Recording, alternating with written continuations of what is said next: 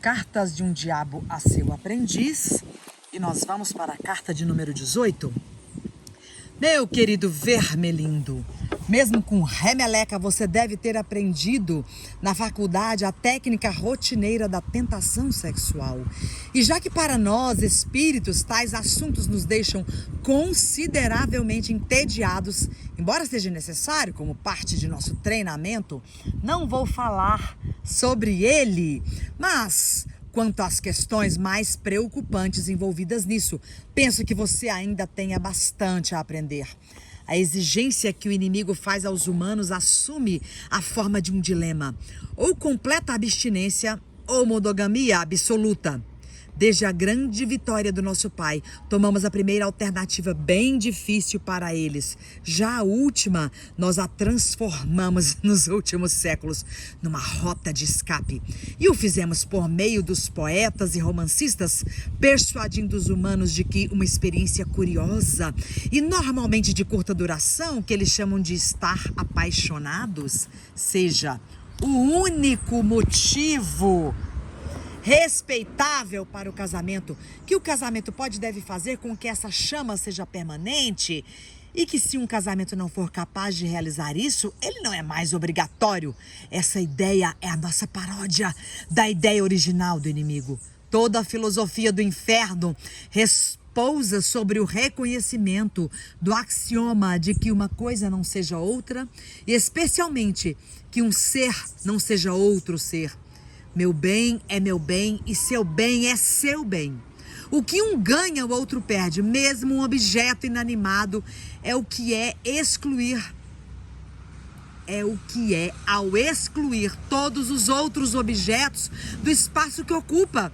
Se ele se expandir, o faz empurrando outros objetos de lado ou absorvendo-os. Um ser faz o mesmo. Com os animais, a absorção assume a forma da alimentação. Para nós, ela significa que a vontade e a liberdade de um ser mais fraco é sugada para fora por outro mais forte. Existir, entre aspas, significa estar em competição. Agora, a filosofia do inimigo nada mais é do que uma tentativa continuada de escapar dessa óbvia verdade. Ele tem por objetivo uma contradição. As coisas devem ser muitas, ainda que de alguma forma também devem ser uma só. O bem de um ser é ser o bem de outro. Ele chama essa impossibilidade de amor. E essa mesma panaceia monótona pode ser detectada em todas as coisas que ele faz e até em tudo que ele é ou alega ser. Assim, ele não fica satisfeito, nem mesmo em si, em ser uma simples unidade aritmética, pois alega ser 3 e ao mesmo tempo 1, a fim de que essa bobagem sobre o amor possa apoiar-se na sua própria natureza. Do outro lado da balança, ele evidencia aquela invenção obscena do organismo em que as partes são pervertidas do seu destino natural, que é a competição, e são obrigadas a cooperar. Seu motivo verdadeiro para se fixar no sexo como método de reprodução entre seres humanos fica bastante evidente pelo uso que ele fez disso. O sexo poderia ter sido, do nosso ponto de vista, algo bem inocente.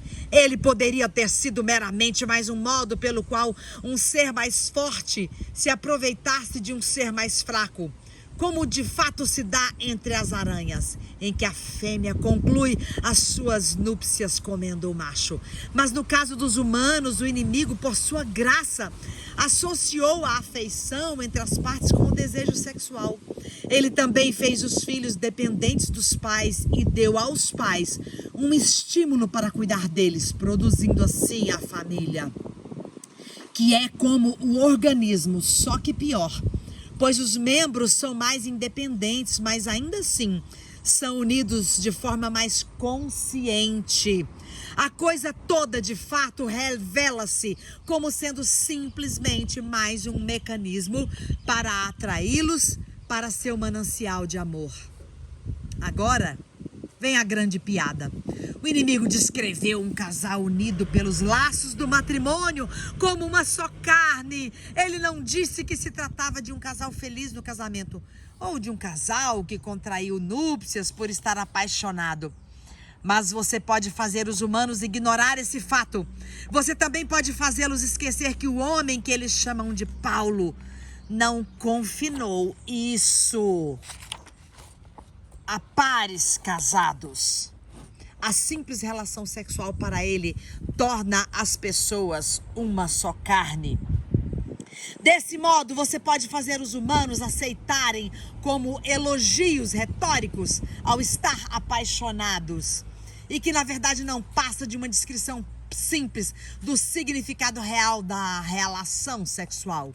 A verdade é que sempre que um homem se deitar com uma mulher ali, quer queiram, quer não, uma relação transcendental é estabelecida entre eles, que deverá ser eternamente apreciada ou aturada para sempre, a partir da afirmação inconteste de que essa relação transcendental foi criada para gerar.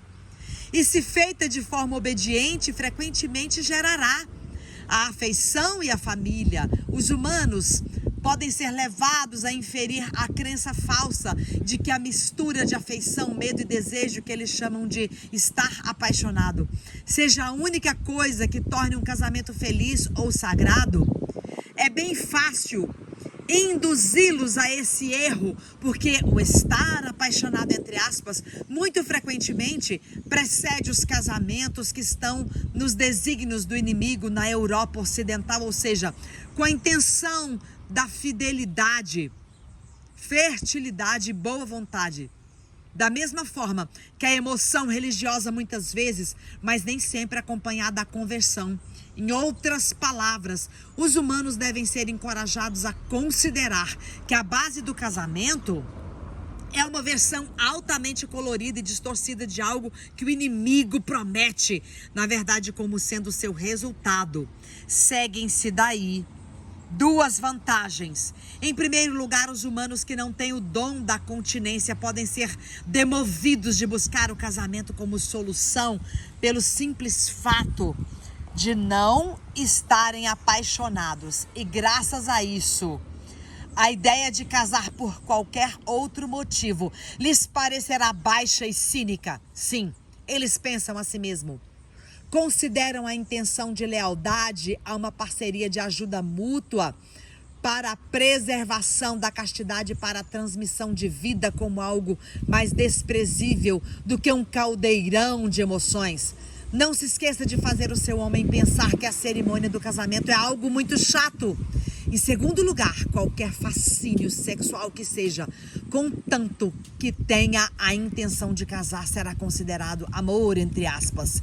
E este será utilizado como desculpa para qualquer culpa e como proteção de todas as consequências de alguém ter se casado com uma pessoa pagã, tola ou libertina. Mas falaremos sobre isso na próxima carta. Com carinho, seu tio mal danado.